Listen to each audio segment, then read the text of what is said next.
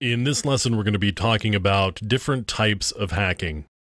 The first type of hacking that I want to discuss is ethical hacking, which is really what we're going to be talking about through the rest of these lessons.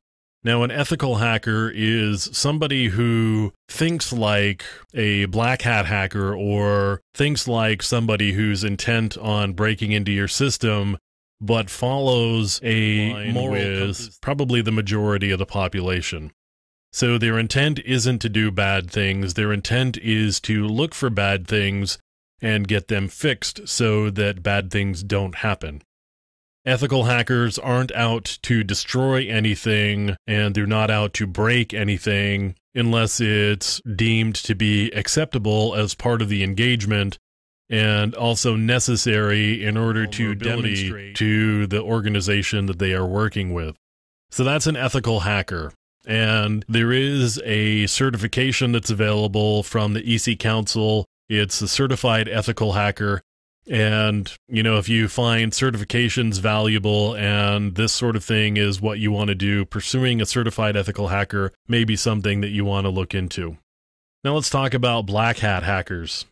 There's certainly plenty of cases of black hat hackers through the years.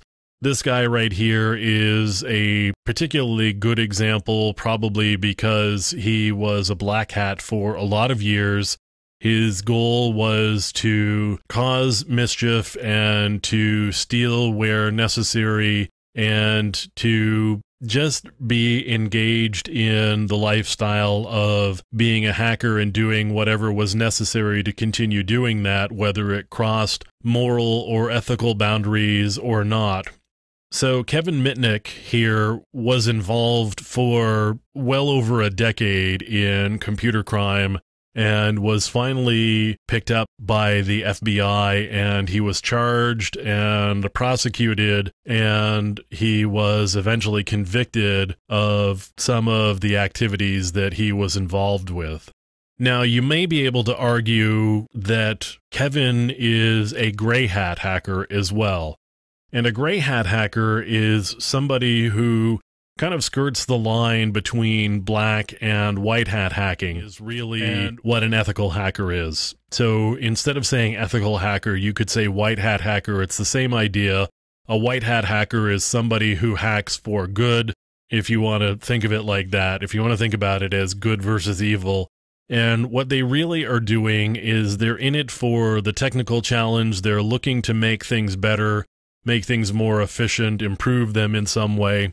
A black hat hacker is out for the money, for the thrill. It's really a criminal activity.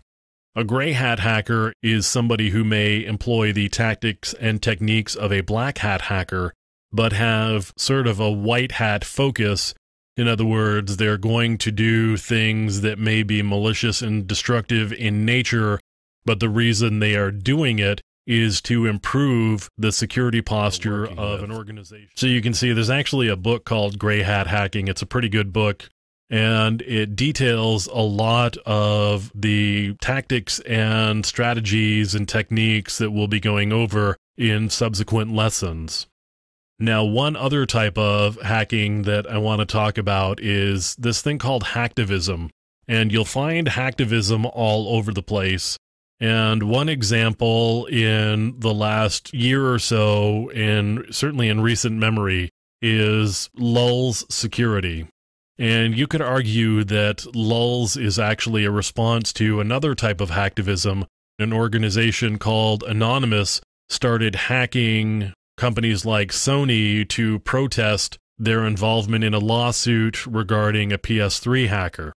Lulz Security was supposedly protesting or was hacking in support of this group Anonymous. So they hacked a number of companies and did things like pulled information, usernames, and passwords from databases at these companies. And they said the reason was to shine a light on the security of these companies and also theoretically to embarrass the companies with their weak or poor security postures.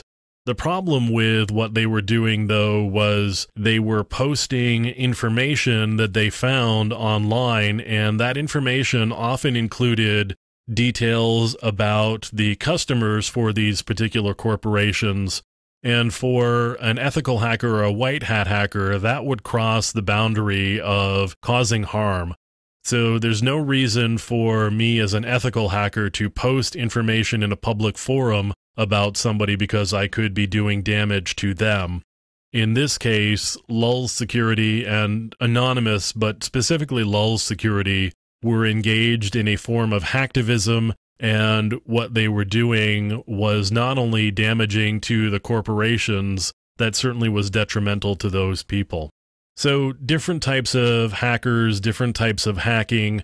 We've got ethical or white hat hacking, we've got black hat, gray hat, and then finally we've got hacktivism. It's really the goals and the means that vary from one to the next.